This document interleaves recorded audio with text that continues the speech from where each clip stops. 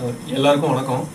நான் இந்த வீடியோவில் எதை பற்றி பதிவு பண்ண விரும்புகிறேன்னா, என்னோடய அண்ணன் அவர் ஆன்லைனில் 10 லட்ச ரூபா இழந்து மோசடி பண்ண அந்த கும்பலை பற்றி தெரியப்படுத்தவும், காவல்துறை எங்களுக்காக அந்த பணத்தை மீட்டு தருமாறும் ஒரு கோரிக்கை வைக்கிறேன். இப்போ இது என்ன அப்படின்னு சொல்லிட்டு உங்களுக்கும் ஒரு விழிப்புணர்வுக்காக இந்த வீடியோ நான் பண்ணுறேன். இப்போ இது என்னன்னு சொல்லிட்டு நான் சொல்கிறேன். இப்போ பார்த்தீங்கன்னா எங்கள் அண்ணனுக்கு பார்ட் டைம் ஜாப் தேடிட்டு இருந்தான்.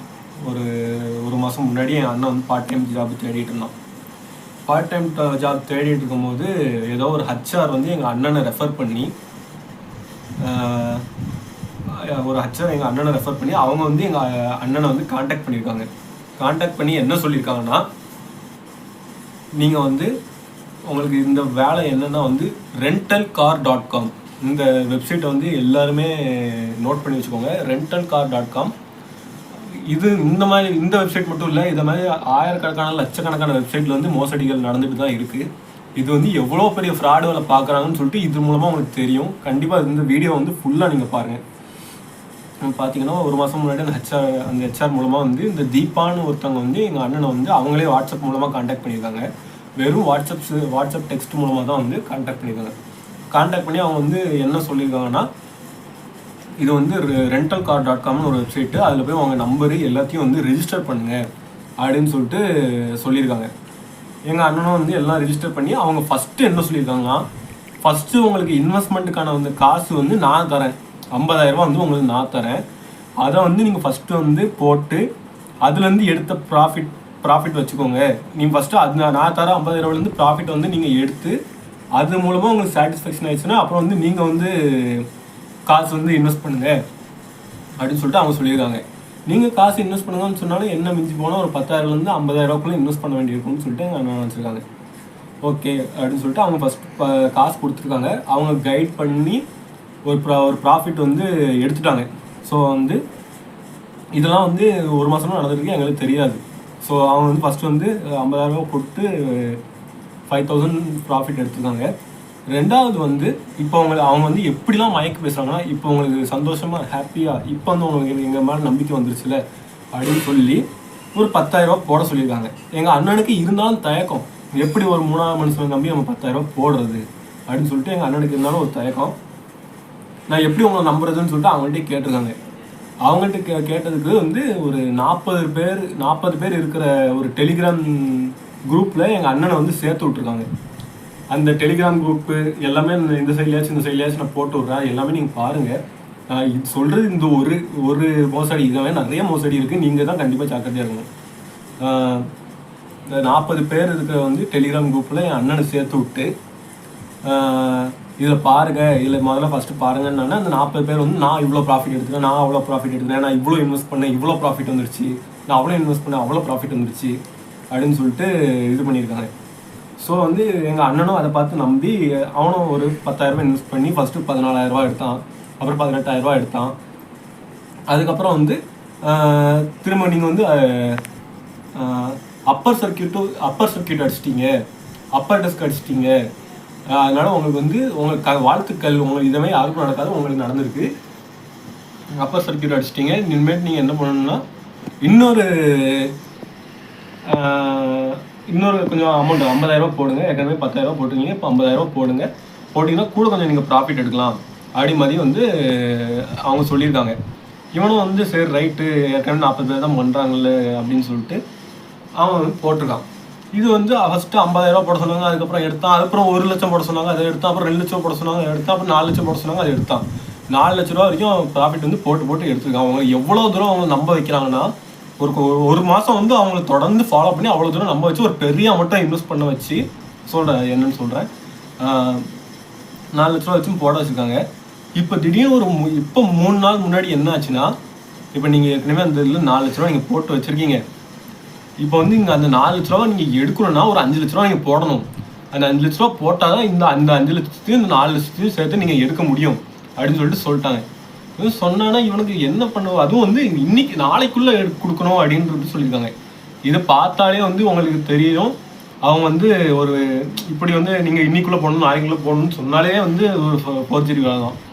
ஆக்சுவலாக அந்த rentalcar.comல என்ன வேலை பார்க்கணும்னா, நீங்கள் வந்து ஒரு வாடகைக்கு கார் எடுக்காத காரை எடுத்த மாதிரி, அப்படி நீங்கள் எடுத்த மாதிரி நீங்கள் காமிச்சிங்கன்னா வந்து அந்த கம்பெனியோட ரேட்டிங் ஏறும் வைக்கும்னு சொல்லிட்டு அவங்க வந்து ஏமாற்றிருக்காங்க. இதே மாதிரி ஏற்கனவே இந்த யூடியூப்பில் வீடியோ பார்த்து லைக் போடணும், வியூஸ் வந்து நிறைய காமிக்கணும், இதே மாதிரி ஏற்கனவே மோசடி நிறைய நடந்திருக்கு. இருந்தாலும் நாங்கள் அண்ணன்ட்ட வந்து எவ்வளோ சொன்னோம், இது வேண்டாம், இது பார்த்தாலே ஃபோர்ஜரி வேலை மாதிரி இருக்குது, வேண்டாம் பண்ணாதீங்க அப்படின்னு சொல்லி சொன்னால் அவங்க கேட்கல. ஸோ இது இப்போ ஒரு 3 நாள் முன்னாடி ஏற்கனவே 4 லட்ச ரூபா போட்டிருக்கீங்க, இப்போ வந்து ஒரு 5 லட்ச ரூபா நீங்கள் போட்டிங்கன்னா தான் அந்த 4 லட்சத்து 5 லட்சத்து சேர்த்து 9 லட்சமாக நீங்கள் எடுக்க முடியும், இல்லைன்னா வந்து அந்த 4 லட்ச ரூபா போயிருன்னு சொல்லிட்டு சொல்லியிருக்காங்க.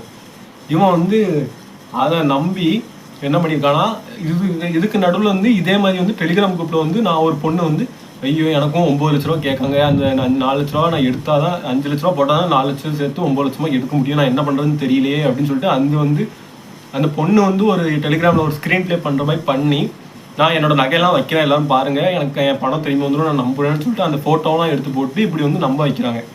நம்ப வச்சதுக்கப்புறம் என்ன பண்ணியிருக்காங்க, இப்படி வந்து பணத்தை வந்து அடிக்கிறாங்க. ஸோ இப்போ என் அண்ணன் என்ன பண்ணிட்டா வந்து வேகமாக போய் பேங்க்கில் போய் இருக்கிற நகையெல்லாம் வச்சு 5 லட்ச ரூபா பேங்க்லேயே அவங்களுக்கு ட்ரான்ஸ்ஃபர் பண்ணியிருக்கான். அவங்க ட்ரான்ஸ்ஃபர் பண்ணாலும் என்ன பண்ணியிருக்காங்க, அந்த 9 லட்ச ரூபாவை வந்து அடிச்சிட்டான். 9 லட்ச ரூபா அடித்து நான் உங்களை நம்பி தான் நான் போட்டேன், நீங்கள் எப்படி வந்து என்னை இது பண்ணலாம் ஏமாத்தீங்க வைப்பீங்கன்னு கேட்டதுக்கு நீங்கள் ஏதோ வந்து பட்டனை மாற்றி கொடுத்துட்டீங்க, அப்படி கொடுத்துட்டீங்க, இப்படி கொடுத்துட்டீங்கன்னு சொல்லிட்டு ஒரு ஏமாத்து வேலை அப்படி ஏமாத்து பண்ணியிருக்காங்க. நாங்கள் வந்து சைபர் கிரைம் போலீஸில் நாங்கள் கம்ப்ளைண்ட் கொடுக்க போகிறோம் அப்படின்னு சொல்லிட்டு நாங்கள் சொல்லிட்டோம். சைபர் கிரைம் போலீஸில் வந்து கம்ப்ளைண்ட் கொடுக்கும்போது அவங்களால முடிஞ்சதை நீங்கள் பார்த்துக்கோங்க, எங்கள்கிட்ட எல்லா லைசன்ஸு கவர்மெண்ட்லேருந்து எல்லாமே நாங்கள் வாங்கி வச்சுக்கோன்னு சொல்லிட்டு அந்த கவர்மெண்ட் லைசன்ஸ் கொடுத்தேன் வச்சதுலாம் வந்து அனுப்பிவிட்டாங்க. ஆனால் அந்த கவர்மெண்ட் லைசன்ஸுமே வந்து ஒரிஜினல் கிடையாது, ஃபோர்ஜ்டு மாதிரி தான் இருக்குது. அந்த லைசன்ஸை நான் அவங்க அனுப்பிவிட்டலாம் இங்கே இல்லை, இங்கே நான் போடுறேன், நீங்கள் பாருங்கள். அது நான் இதுலேயும் காட்டுறானோ தெளிவாக தெரியாதுன்னு நினைக்கிறேன். இப்போ பாருங்கள், இதில் வந்து ஒன்றுமே இல்லை ஆக்சுவலாக. இதில் நான் படித்து பார்த்தேன், இதில் வந்து ஒன்றுமே அவங்க போட்டதில் வந்து இத்தனை லட்சம் போட்டோம், 10 லட்சம் போட்டால் எடுத்துடலாம் கவர்மெண்ட் லைசன்ஸ் அப்படின்னு ஒன்றுமே இல்லை, சும்மா கவர்மெண்ட் எம்பளம் மேலே இருக்குது அப்படின்னு சொல்லிட்டு ரொம்ப மோசமான ஃபோர்ஜரி வேலை பண்ணியிருக்காங்க. அப்புறம் வந்து நாங்கள் வந்து சைபர் கிரைம் போலீஸில் போய் நேற்று வந்து நாங்கள் கம்ப்ளைண்ட் கொடுத்தோம். திருநெல்வேலி பாளையங்கோட்டை சைபர் கிரைம் போலீஸில் போய் நேற்று கம்ப்ளைண்ட் கொடுத்து அவங்க வந்து சிஎஸ்ஆர் காப்பிலாம் கொடுத்துட்டாங்க. சிஎஸ்ஆர் காப்பிலாம் நாங்கள் கொடுத்துட்டோம்.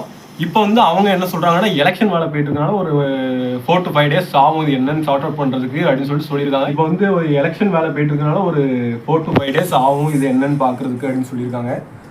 இருந்தாலும் அவங்க கம்ப்ளைண்ட் கொடுத்து நாங்கள் சிஎஸ்ஆர் காப்பிலாம் வாங்கிட்டு வந்துட்டோம். இன்னும் வந்து அந்த வெப்சைட்டு அந்த டெலிகிராம் சேனலு அதில் நாங்கள் அவ்வளோ எடுத்துருக்கோம் இவ்வளோ எடுத்துருக்கோம்னு ஓடிக்கிட்டே இருக்குது. நாங்கள் வந்து நேற்று வந்து அந்த rental.com சொல்லிட்டு அந்த பேர்லேயே வந்து நாங்கள் சைபர் கிரைமில் வந்து நாங்கள் கம்ப்ளைண்ட் கொடுத்துட்டு வந்திருக்கோம். அவங்க அதே rental.comல இன்னைக்கு ஃபோன் பண்ணி இப்போ வரைக்கும் என்ன கேட்டாங்கன்னா, நீங்கள் இப்போ நான் உங்களுக்கு ஹெல்ப் பண்ணுறோம், அந்த 9 லட்சத்தை நீங்கள் எடுக்கணும்னா 14 லட்சம் வந்து நீங்கள் போடுங்க அப்படின்னு சொல்லிட்டு அவங்க சொல்கிறாங்க. அந்த 9 லட்சத்தை எடுக்கணும்னா 14 லட்சம் போடணும் அப்படின்னு சொல்லிட்டு சொல்கிறாங்க. இதுலேயும் அவங்க எப்படி ஃபோர்ஜரி வேலை பார்க்குறாங்கன்னா, டெலிகிராமில் வந்து அவங்க அனுப்புகிறாங்க. நேற்று இதே இஷ்யூ வந்து நான் ஃபேஸ் பண்ணேன், நான் 9 lakhs போட்டு அது இப்படி லாக் ஆகிடுச்சு, இன்றைக்கி நான் என் ஃப்ரெண்டோட காரை வந்து நான் அடமானம் வச்சு இன்ட்ரெஸ்ட்டுக்கு வந்து ஒரு இடத்துல வந்து பணம் ஏற்பாடு பண்ணி நாங்கள் வந்து போட்டோன்னா காசு வந்துருச்சு, தேங்க்யூ டீம், இந்த டீம் இல்லைன்னா என்னால் ஒன்றும் சாதிச்சிருக்க முடியாதுன்ட்டு அவன் வந்து அவ்வளோ ஸ்க்ரீன் ப்ளே பண்ணி அவன் அனுப்புகிறான், நான் இவ்வளோ ப்ராஃபிட் எடுத்துக்கன்னு சொல்லிட்டு அவன் டெலிகிராமில் வந்து அனுப்பிவிட்ருக்கான். இன்னும் வந்து அந்த டெலிகிராம் சேனலில் வந்து சைபர் கிரைம் வந்து எதுவும் பிளாக் பண்ணல, அந்த வெப்சைட்டையும் எதுவும் பிளாக் பண்ணல, இன்னும் அது ஓடிக்கிட்டு இருக்கு. ஸோ வந்து அவங்க வந்து அந்த ஏஜெண்ட் வந்து என் அண்ணனை கான்டாக்ட் பண்ண ஏஜெண்ட் வந்து அந்த வாட்ஸ்அப் இதே வந்து March 12 தான் ஆரம்பிச்சிருக்கான். ஆனாலும் வந்து இப்படி ஏமாந்துட்டாங்க. ஸோ இதன் மூலமாக நான் உங்களுக்கு சொல்ல வர்றது என்னென்னா, நீங்கள் வந்து ஆன்லைனில் வந்து இவ்வளோ இன்வெஸ்ட் பண்ணுங்கள், இவ்வளோ வந்துடும், இவ்வளோ இது பண்ணுங்கள், அவ்வளோ வந்துடும்ன்ட்டு நீங்கள் இவ்வளோ இன்வெஸ்ட் பண்ணி எவ்வளோ கோடியாக வந்தாலுமே ஒரு 3ஆவது மனுஷனை நம்பி யாரும் பைசா தராதீங்க. முதல்ல இந்த ஆன்லைனில் நடக்கிறது எல்லாமே வந்து ஒரு ஃப்ராட் வேலை தான். ஆன்லைனை நம்பி நீங்கள் எதுவுமே பண்ணாதீங்க. அப்படி எனக்கு நான் ஆன்லைனில் ஏதாச்சும் பண்ணி நான் சாதிக்கணும் வைக்கணும் அப்படின்னு சொல்லிட்டு நீங்கள் நினச்சிங்கன்னா, நீங்கள் இன்வெஸ்ட் பண்ணாமலே வந்து ஜென்யூனான வந்து இது வந்து நிறைய இருக்குது, அதை நான் பார்த்துருக்கேன். ஆனால் வந்து அதை நான் உங்கள்கிட்ட சொன்னேன்னா அதுக்கு நான் இது பண்ணுறேன்னு சொல்லிட்டு நீங்கள் சொல்கிறீங்க. அதனால் இன்னும் நம்ம இன்வெஸ்ட்மெண்ட் பண்ணாமலே நம்ம வேலை பார்த்து கொடுத்தா பே பண்ணுற மாதிரிலாம் இருக்குது. அந்த மாதிரி நான் ஆன்லைனில் பண்ணணும்னா அப்படி தான், ஆன்லைனில் பண்ண தான் போகிறேன்னு சொல்லி நீங்கள் சொன்னீங்கன்னா அப்படி பண்ணுங்கள். அதை விட்டு ஒரு 3வது 10 லட்சம் 20 லட்சம் நகையை வச்சேன் தலையை வச்சேன்னு சொல்லிட்டு இங்கே வைக்கிறது வந்து ஒரு முட்டாள்தனமான வேலை. இது வந்து அவங்க அனுப்பியிருக்க மெசேஜ் எல்லாமே பார்த்தாலுமே ஒரு சின்ன பையனுக்கு கூட தெரிஞ்சிடும் அது வந்து ஒரு போர்ஜரி வேலைன்ட்டு. ஆனால் எவ்வளோ சொன்னோம் எங்கள் அண்ணன்ட்டு அவன் வந்து கேட்கவே இல்லை. அதுக்கு நாங்கள் அனுபவிக்கிறோம். நீங்கள் வந்து இதே முட்டாள்தனமான வேலையை வந்து யாரும் பண்ணிடாதீங்க. ஒரு 3வது மனுஷனை நம்பி, அதுவும் யாரையும் அந்த ஆன்லைனில் வந்து பிஸ்னஸ் பண்ணுறேங்கிற கதையே வேண்டாம். இப்போ வந்து இது மூலமாக வந்து உங்களுக்கு வந்து நான் யாரும் இந்த ஆன்லைனில் வந்து இறங்காதீங்கன்னு சொல்லிட்டு சொல்கிறேன். அதுபோல் வந்து சைபர் கிரைம் காவல்துறைக்கு வந்து நான் கேட்டது என்னென்னா, இந்த மாதிரி வெப்சைட்டை நான் நேற்று கம்ப்ளைண்ட் கொடுத்தோம், இன்னும் அந்த வெப்சைட்டை இயங்கி எங்களுக்கு அவ்வளோ தாங்க இவ்வளோ தாங்கன்னு பைசா கேட்குறாங்க. இது மூலமாக நாங்கள் காவல்துறைக்கு வந்து என்ன கோரிக்கை எடுக்கணும்னா, நேற்று நாங்கள் வந்து சைபர் கிரைமில் வந்து நாங்கள் கம்ப்ளைண்ட் கொடுத்தோம் வந்து அவங்க இன்னும் அதே வெப்சைட் மூலமாக அதே டெலிகிராம் சேனல் மூலமாக வந்து எங்களை தொடர்பு கொண்டு இன்னும் 14 லட்சம் தாங்கன்னு சொல்லிட்டு ஃபோன் பண்ணி கேட்டுட்டு தொல்லை பண்ணுறாங்க. அதுவும் இல்லாமல் இன்னும் நிறைய பேர் இதனால் வந்து பாதிக்கப்படுவாங்க. அதனால் நீங்கள் அந்த வெப்சைட்டை டெலிகிராம் சேனல் அவங்க நம்பர் எல்லாத்தையும் வந்து பிளாக் பண்ணி எங்களிடம் இருந்து பறிபோன வந்து 9 லட்சம் ரூபாயையும் சீக்கிரமாக மீட்டு தரும்போது. இதுதான் எங்கள் அண்ணன்ட்ட வந்து ஏமாத்தின வந்து அந்த ஏஜென்ட்டோட ஃபோட்டோ. இதில் வந்து கேமராவில் தெளிவாக தெரியுமான்னு தெரியல. நான் உங்களுக்கு இந்த சைட்லையாச்சும் போட்டு காட்டுறேன். அதேமாதிரி இந்த டெலிகிராம் சேனல் லிங்க்கு, உங்கள் ஃபோன் நம்பர், அப்புறம் வந்து இதோட இந்த இன்னொரு இந்த கஸ்டமர் சப்போர்ட்டு நம்பர் எல்லாத்தையுமே வந்து நான் உங்களுக்கு சைடில் நான் போட்டு காட்டுறேன்.